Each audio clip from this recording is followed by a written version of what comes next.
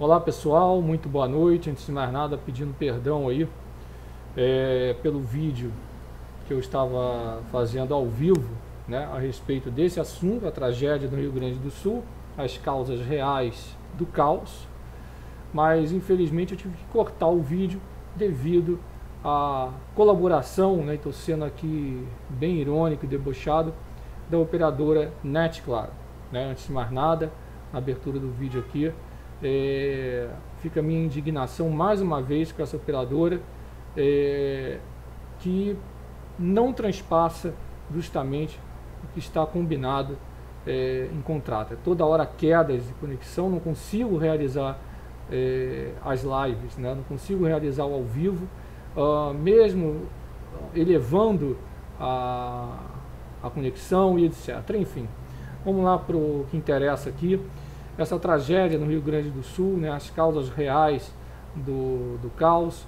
A gente tem vários fatores interligados, né, como eu estava falando, né. Eu vou repetir mais ou menos tudo que eu falei no outro vídeo, né, no ao vivo. Nós tínhamos uma frente fria avançando por causa da oscilação antártica, né. Frente fria essa com alto potencial, um potencial bem agressivo, tá? Onde a oscilação antártica estava na sua fase negativa, a fase, se eu não me engano, estava batendo quase no -2, isso foi demonstrado aqui no alerta do tempo, tá? Há 12 dias mais ou menos atrás, eu falei a respeito da possibilidade de tempo severo no sul do país, né? Não sabia ainda se ia ser 400 milímetros, como ocorreu, né, em algumas localidades, enfim, né, mas que ia ser um tempo severo. Esse é o primeiro ponto, a primeira oscilação. Nós tínhamos vários outros fatores interligados que ocasionaram esse caos, né, que a gente viu aí. Então, o avanço da frente fria, o sistema transiente, a oscilação de Madden-Julian numa fase significativa, favorecendo esses temporais. Nós tínhamos o dipolo do Índico na fase positiva, favorecendo o anticiclone, né, o sistema de alta pressão, né, o bloqueio atmosférico que tanto foi falado, impedindo o avanço dessa frente. Nós tínhamos a umidade vindo do norte através da zona de convergência intertropical. Nós tínhamos, aliás, temos ainda a influência do El Niño, que é lamentável que alguns pesquisadores que vieram a público, foi assustador eu escutar isso. Ah não, o El Niño acabou, ele não teve culpa de nada disso, né? Surreal. Teve sim, tá? Coligado aos outros fatores. Tínhamos também um centro de baixa pressão, que justamente deu um branco agora, um cavado meteorológico, né, é tanta informação que realmente, né, um cavado meteorológico também potencializou isso. Então todos esses fatores, eu não sei se esqueci de algum aqui, né? Então vamos recapitular. Oscilação antártica, Madden-Julian, o dipolo do Índico, né? O El Niño, né? O cavado meteorológico, a TSM do Atlântico, tá? Mais aquecido, né? A temperatura da superfície marinha no Atlântico. Isso, milhares de artigos científicos, científicos colocando que com influência da redução de nuvens, né, que essa redução de nuvens vem desde a década de 70, né, ocasionando essa elevação, né, sendo um fator, novamente falando aqui, que na meteorologia a gente não tem uma coisa isolada, né? Ah, foi só essa coisinha aqui que ocasionou. Não, né, são fatores combinados que vão desempenhar justamente, né, fatores esses justamente da interação do oceano com a atmosfera, ocasionando tudo isso que a gente viu aí no Rio Grande do Sul, né? A gente acompanha também como ocorre aqui no estado do Rio de Janeiro, em Petrópolis, ou como eu comento muitas vezes de São Lourenço, quando tem as enchentes. E por que eu estou falando isso, né? E tínhamos também umidade vinda do norte. Então, vários fatores, né? Acho que eu citei 5 ou 6 aqui oscilações oceânicas, né? A Index, vamos contar, 1, Madden-Julian 2, Dipolo do Índico 3, El Ninho 4, né? A zona de convergência intertropical 5, né? O sistema de baixa pressão, um cavado meteorológico ali 6. Então, quando a gente analisa isso tudo friamente, cientificamente, e quando eu falo cientificamente mesmo, porque ninguém chega para explicar o que aconteceu. E isso já aconteceu de forma similar em 1941. Vocês podem ver aqui Porto Alegre antigo, né? Isso daqui é um blog, mas apesar de ser um blog, ele pega e cita toda a parte bibliográfica, né, com a expansão da cidade de Porto Alegre ao entorno do Guaíba, desde 1752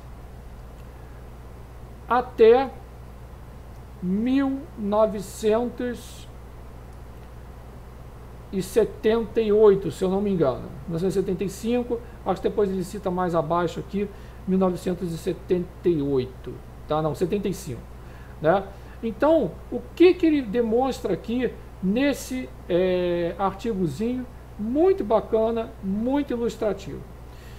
Ele demonstra que vários hectares foram aterrados ao entorno do Guaíba, que nós tivemos o plano diretor, 1978 aqui, né? Nós tivemos o plano diretor, ele vai falar aqui, ó, quer ver, ó, o grande aterro, aqui eu estou voltando, né, nas datas, né? O primeiro plano diretor, aqui, ó, em 1959, o primeiro plano diretor foi marcado pelas ideias do urbanismo racionalista e funcionalista do movimento moderno, né? Nos pressupostos da Carta de Atenas. O que acontece aqui, né? O plano diretor é justamente uma ferramenta, para vocês entenderem, para a gente colocar essas diretrizes, né? Como se fosse assim, vamos colocar os pingos nos is, né? Através da Câmara de Vereadores, tudo bem regulamentado, depois fiscalizado. Não pode construir na área de inundação ali, né? Ou na área de alagamento, enfim, né? Tem as diferenças, então, as suas diferenças. Mas o que acontece? Muitas das vezes muda prefeito, né? Entra prefeito, sai prefeito, muda a cúpula ali dos vereadores, e mudanças, não sei o que, justiça, né? O assunto aqui realmente é longo, mas para vocês entenderem, muitas das vezes passa-se por cima dos planos diretores, né? Então assim, é muito perigoso, né, quando acontece isso, né? Eu já comentei isso até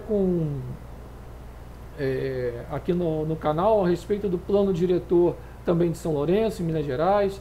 Isso vale para todo o país, isso vale para a América Latina, né? Temos artigos também que falam que a gente precisa de um plano, aliás, planos de ações, né? Ou como autores colocam, né, criticando o plano diretor, porque o plano diretor ele não é aplicado, né? Na maioria dos casos, o plano diretor no Brasil ele não é aplicado, como eu já coloquei aqui no canal, já enviei essa crítica até para a Câmara Municipal de São Lourenço, e por ocupar áreas que não podem, né? Olha, essa área aqui não pode ser ocupada, né? Está no plano de diretor. Mas muitas das vezes, como eu falei, ocorre de chegar e ocupar essas áreas, tá? Então, vários fatores, falei dos fatores da interação oceano com a atmosfera, né? A parte do plano diretor, que às vezes não é cumprido ou se dá um jeito ali, mesmo que, vamos dizer assim, mas foi permitido na Câmara de Vereadores, né? A alteração para aterrar, para ocupar o solo, para expandir, né? Mas a gente tem que ter cuidado, por quê? Porque a enchente de 1941, que foi justamente isso daqui que ocorreu, ó, vou demonstrar para vocês aqui, ó. Vamos lá.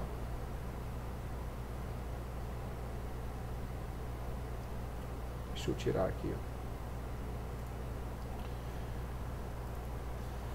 Então, a grande enchente de 41, que é registrada, né, nesse artigo aqui, ó, né, Águas de Maio, a enchente de 41 em Rio Grande. Então, falar, não, em maio nunca ocorreu isso. Não, já ocorreu, né, sendo que dentro dos registros que nós temos, né, a gente pega claramente aqui, ó, né, inclusive aqui, ó, no dia 15 de outubro de 1873, as águas trazidas pela Lagoa dos Patos novamente rompem o limite do cais.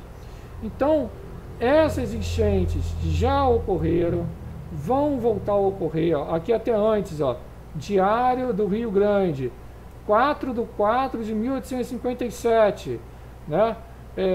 Então, isso já ocorreu no passado, volta a ocorrer. Professor, mas não foi igual a de agora. Foi similar a de 1941, com um forte El Niño, não é?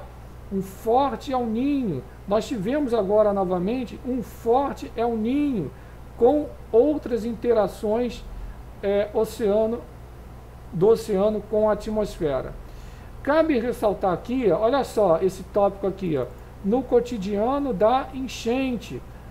Então não é coisa nova, no cotidiano da enchente, ó, História Rio Grande, ó, então está tudo aqui, né? Está tudo muito bem registrado, né?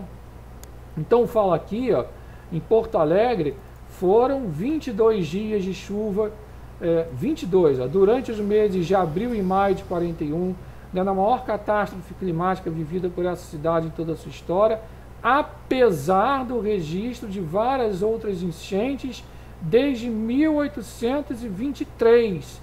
Então o pessoal fala, porque agora os eventos estão repetitivos, porque nunca vimos isso, porque não foi o El Niño não, aí começam a evocar coisas que realmente assustam quem trabalha com a verdadeira ciência, né? O que acontece é que um fenômeno que ocorre que ocorreu no passado ou que ocorre agora, a gente trabalha com o princípio da similaridade.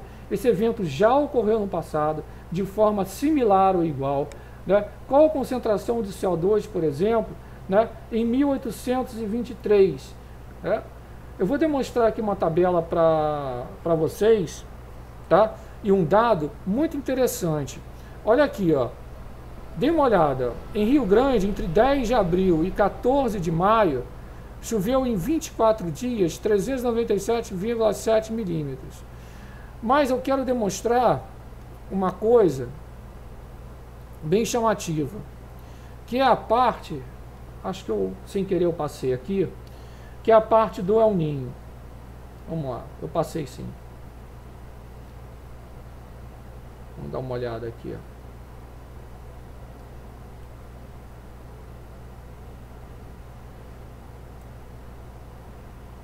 Então, ele fala aqui do El Niño de 1941, né, de meses de abril e maio, e fala aqui, ó, foi justamente durante o ano de El Niño de 39 e 41 que se produziu a grande enchente de 41 em Porto Alegre, né? mais de 1000 milímetros em alguns pontos. Então, ele vai falar aqui também, olha aqui, vamos lá, esse trecho aqui que eu quero. O El Ninho pode ser um antigo visitante do Rio Grande do Sul e do município do Rio Grande. As medições da temperatura do Oceano Pacífico Equatorial somente começaram em 1877, quando da ocorrência deste fenômeno com forte intensidade. Olha isso, olhem isso. Há muitos séculos ele pode fazer parte do cenário climático de vários países. Então, quando ele fala isso, o autor, ele fala uma coisa que já é conhecida, né? O El Ninho, ele modula isso tudo. Ele afeta muito o Rio Grande do Sul, né? É conhecido isso daqui, né? E o que é feito? O que foi feito para mitigar isso? Não é? Não sei. Mas aí, quando a gente pega o histórico, dê uma olhada. Eles falam que esse evento está mais repetitivo. Sendo que quando a gente olha esse outro artigo aqui, eu já vou colocar o autor, notem que em 1941, 4,75 metros. Notem que desde 1899 que nós temos essas enchentes, até antes, como demonstrado no outro artigo que eu mostrei para vocês agora. Estou alternando aqui, né? Ele fala aqui no outro artigo, né? 1857, 1823, se não me engano, e isso vem. Sendo que aqui ele começa em 1899, com 2,60 metros. Podem notar em qual ano, né? Depois aqui em 1928, com 3,20 metros, depois em 36, com 3,24 metros, mas qual outro ano que a gente atinge mais de 4 metros?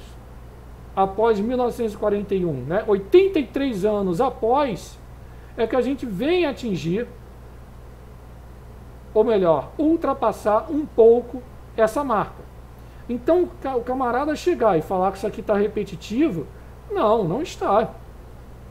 Isso não está repetitivo.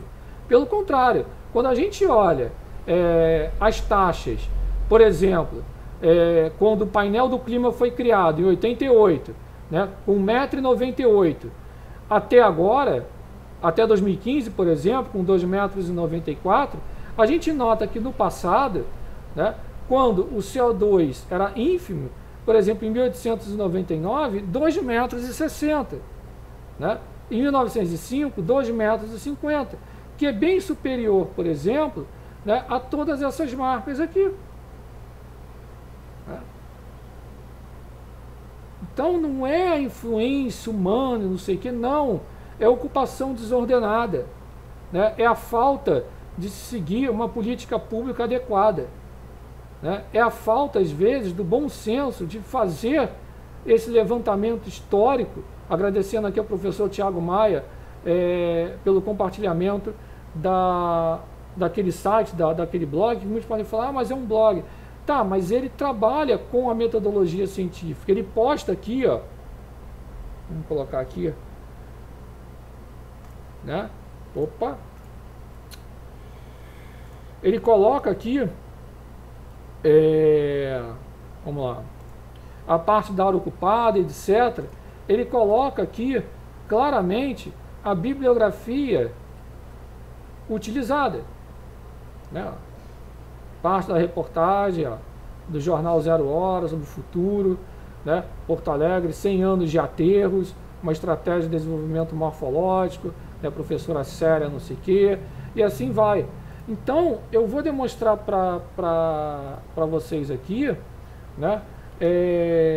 Algumas imagens demonstrando a área, né, que foi totalmente aterrada para a expansão da cidade. Não sou contra a expansão, pelo contrário, tem que ter expansão, desenvolvimento econômico. Agora, temos que ter uma certa responsabilidade para justamente a gente não cair no erro, né, que não só potencializa essas catástrofes, né, como no Rio Grande do Sul, como em Petrópolis, né? Aliás, Petrópolis, o certo, ali Petrópolis não era para ter tido esse desenvolvimento todo, né? Petrópolis é uma bomba relógio.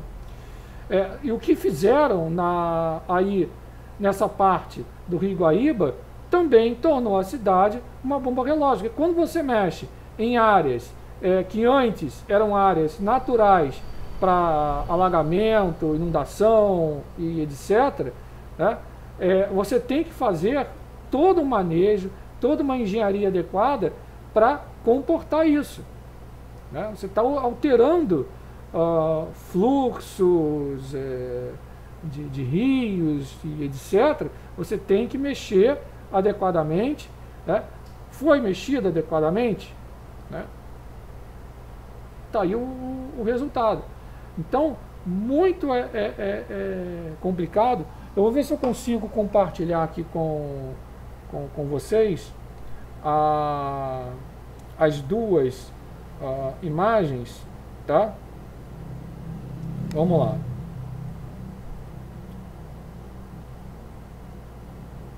Do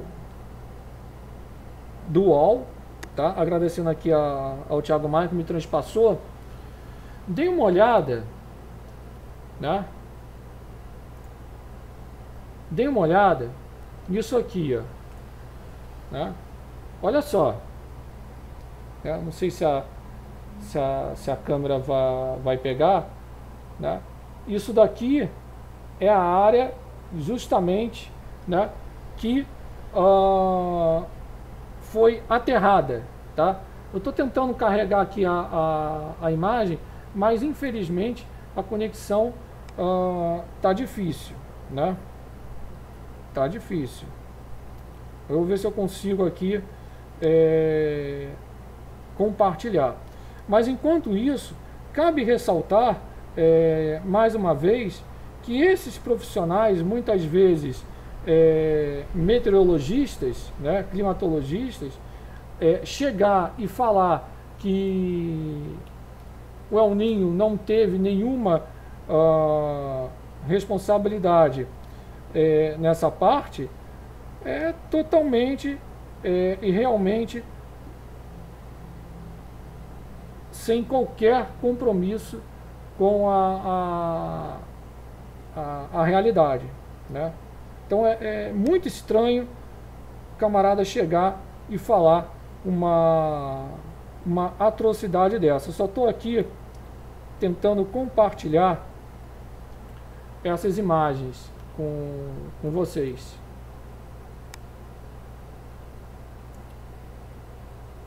Estou carregando aqui as imagens justamente da área que foi aterrada, né?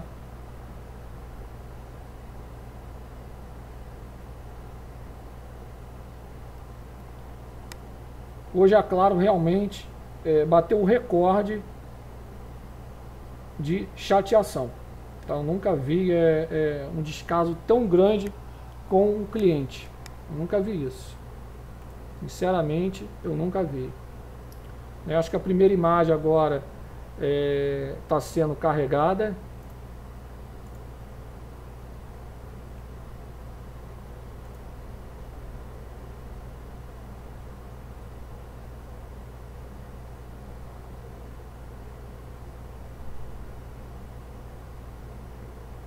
Realmente um descaso muito grande, né? Agora sim, né? Eu vou tentar dar um zoom. Então, vamos lá.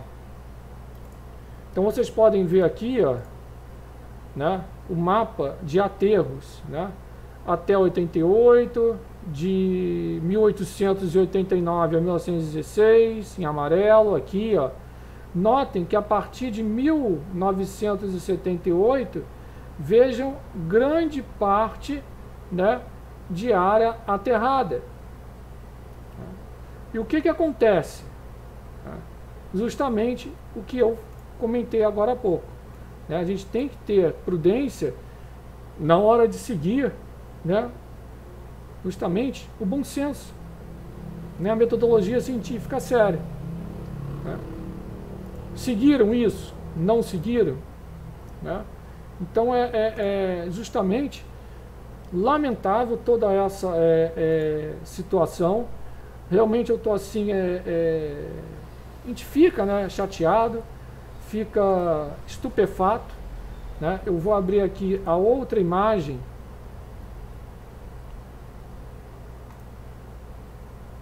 para vocês verem aqui.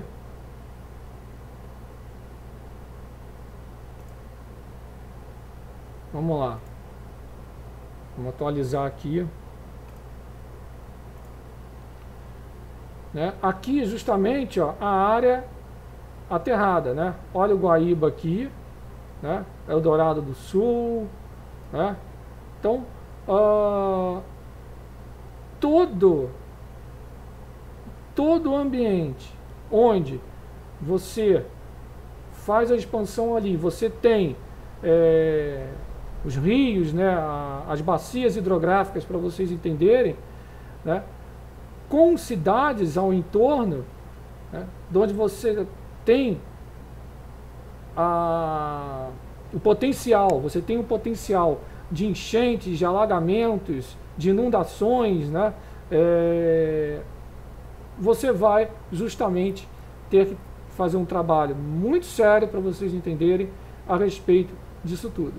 E muitas das vezes o plano diretor falha, né? O plano diretor falha, né? E por que o plano diretor falha? O senhor acabou de colocar aqui para a gente, né? Que são diretrizes que passam pela Câmara dos Vereadores, né? Passam por todo um crivo parlamentar, jurídico, né? O que acontece para justamente não se cumprir, né? Ou se cumprir em parte, ou mudam-se prefeitos, mudam-se os vereadores, né? E a gente não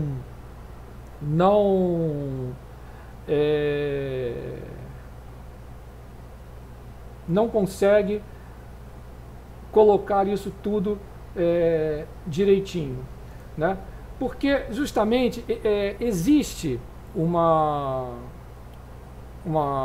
autora, né, e para mim uma sumidade, né, que ela critica esses planos diretores com muita proeza, que se chama a Hermínia Maricato. Vocês têm que ler os artigos, né, a obra dessa senhora. É preciso tomar cuidado, porque quando a gente fala de plano diretor, né, ou revisão do plano diretor, às vezes, na maioria das vezes, eles passam como um mero pedaço de papel, com pouco de influência na cidade real. Então a gente às vezes tem um emaranhado de leis, emaranhado de planos, emaranhado de programas bem intencionados e progressistas, mas que na prática são e foram solenemente ignorados pelo poder público, né? A gente, infelizmente, eu sou obrigado a falar isso, no país das obras, muitas vezes sem planos e planos sem obras, sua solução para quebrar esse paradigma é elaborar um instrumento que efetivamente controle e oriente os investimentos na cidade, tanto públicos como privados, né? Evitando esse vale tudo às vezes do mercado imobiliário, né? Então, grande parte do plano diretor, não só no Brasil, aqui quando eu estou falando de América Latina no geral, é um amontoado de boas intenções, né? É como o Milor Fernandes dizia, né? Enquanto os sábios discutem a incerteza, os ignorantes atacam de surpresa. Enquanto a gente discute boas intenções, a cidade foi se construindo, a cidade vai se construindo, segundo uma conjunção de interesses, né, juntamente com obras, muitas das vezes, sem planos e planos sem obras. Por isso que a autora, né, eu defendo essa ideia, que ela fala que a gente precisa de um plano de ação com enfoque integrado das ações sociais, ambientais e econômicas. Tá? Então, todo mundo sabe, assim, pense você acha que realmente é possível organizar uma cidade sem administração pública antes de editar qualquer nova norma, como o plano diretor, por exemplo, né? Então, não, assim, a gente tem que ter as normas, etc. Agora, cumprir as regras básicas já conhecidas, postas há anos, né? Isso não precisa de plano de diretor. Vai falar, não, mas o plano diretor vai dar mais ênfase, né? A gente vai ter um enfoque maior, né? Vai ser uma garantia que o camarada não vai fazer.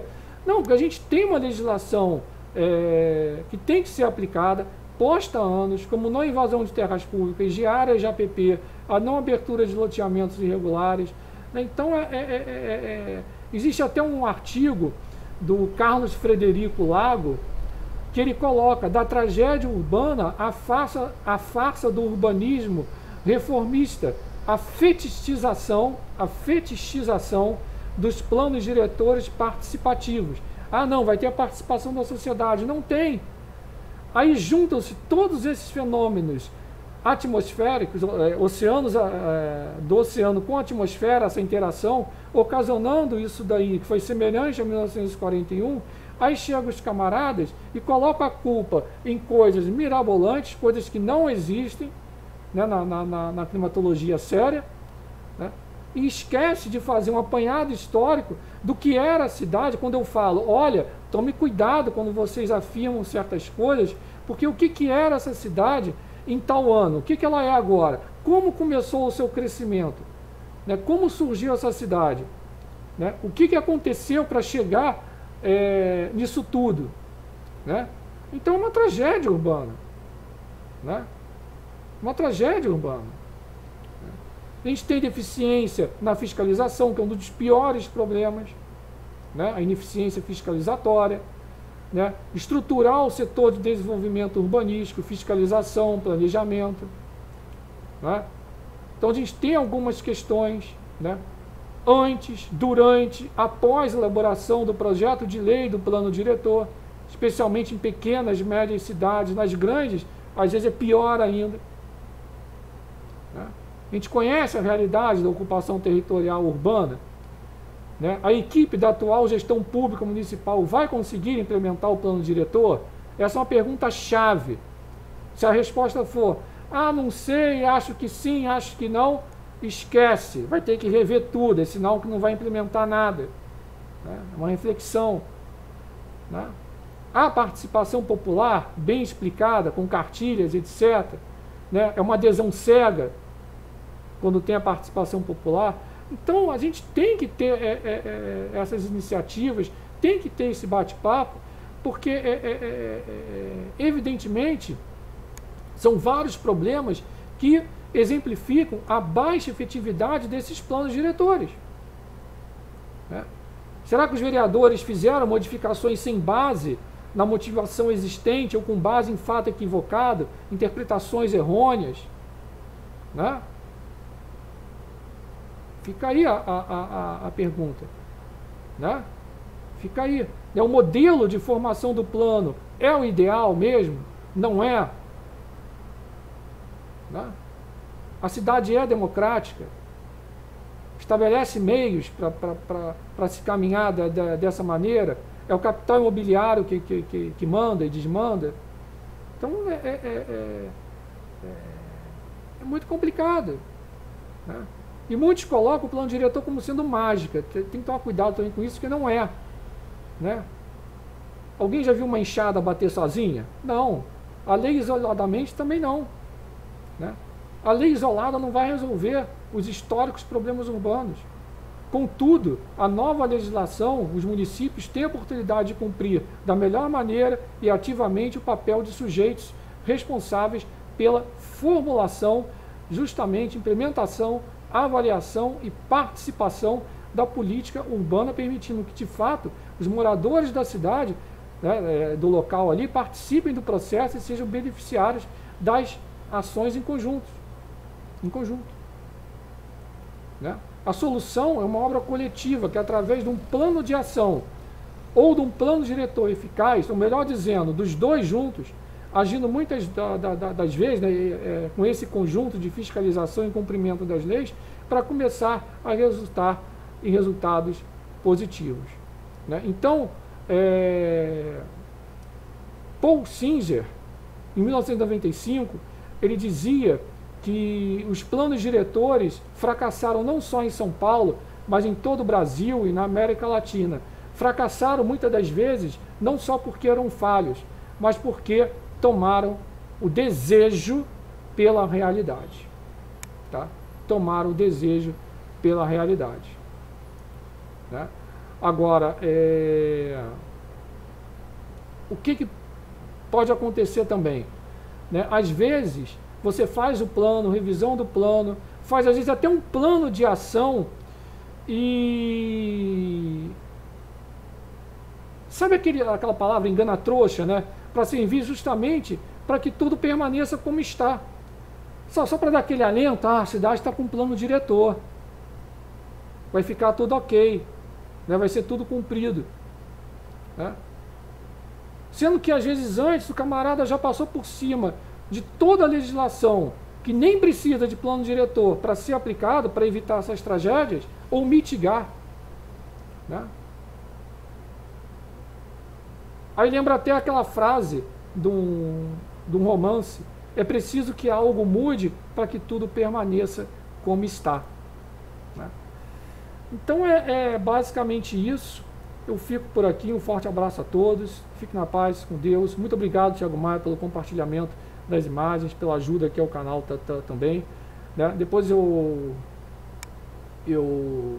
vou ver se eu consigo, né, que eu tinha esses artigos aqui, eu vou ver se eu consigo achar o link desses artigos para compartilhar com vocês.